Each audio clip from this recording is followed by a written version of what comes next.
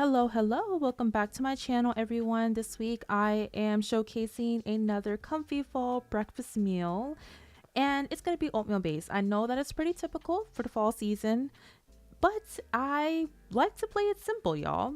This week I was really craving a pumpkin spice flavored kind of breakfast, so that's what I am making this week. Basically, it's pumpkin spice oatmeal, and it was pretty doggone good.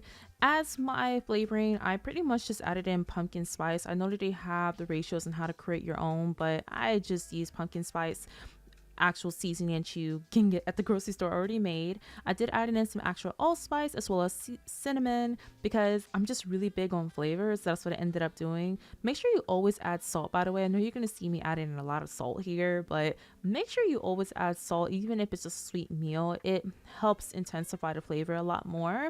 For my choice of sweetener, I did add in brown sugar, but you can use whatever you like. I just decided to use brown sugar because I just taste the best when it comes to fall goods. I mean, am I the only one? Maybe, I don't know. And then I added in my pumpkin puree as well as my oatmeal. I did end up adding in extra pumpkin puree, which you'll see in the end. That's my bowl of oatmeal. It's like a really orange. Right now it's not that orange right now, but I did ended up adding more.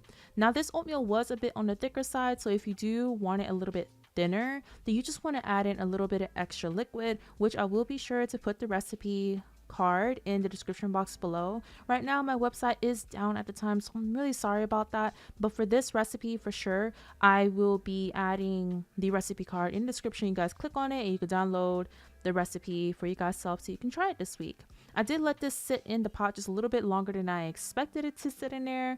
This was actually during the week that we were prepping up for the hurricane, so my mind was just kind of everywhere at that moment in time, and I wanted to make sure that we still had a wholesome meal that we were enjoying, just in case if our lights or water turned off. And that's exactly what ended up happening, so I'm glad that I was thinking ahead of the game.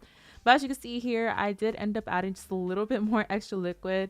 I like my oatmeal to be on the thinner side, so that's why I ended up doing that. But I will put the ratio of how I did it inside of the recipe card, which is on the thinner side. But like I said, just change the ratio of the liquid and oatmeal. I like to do a 1-to-2 ratio. So 1 cup of oatmeal and 2 cups of liquid. And that is the end of the video. I hope you guys enjoyed it. Please be sure to give this video a thumbs up. Subscribe to the fam if you haven't done so already. Be sure to add a dollop of peanut butter onto that oat. And as always, I'll catch you guys in the next video. Bye bye.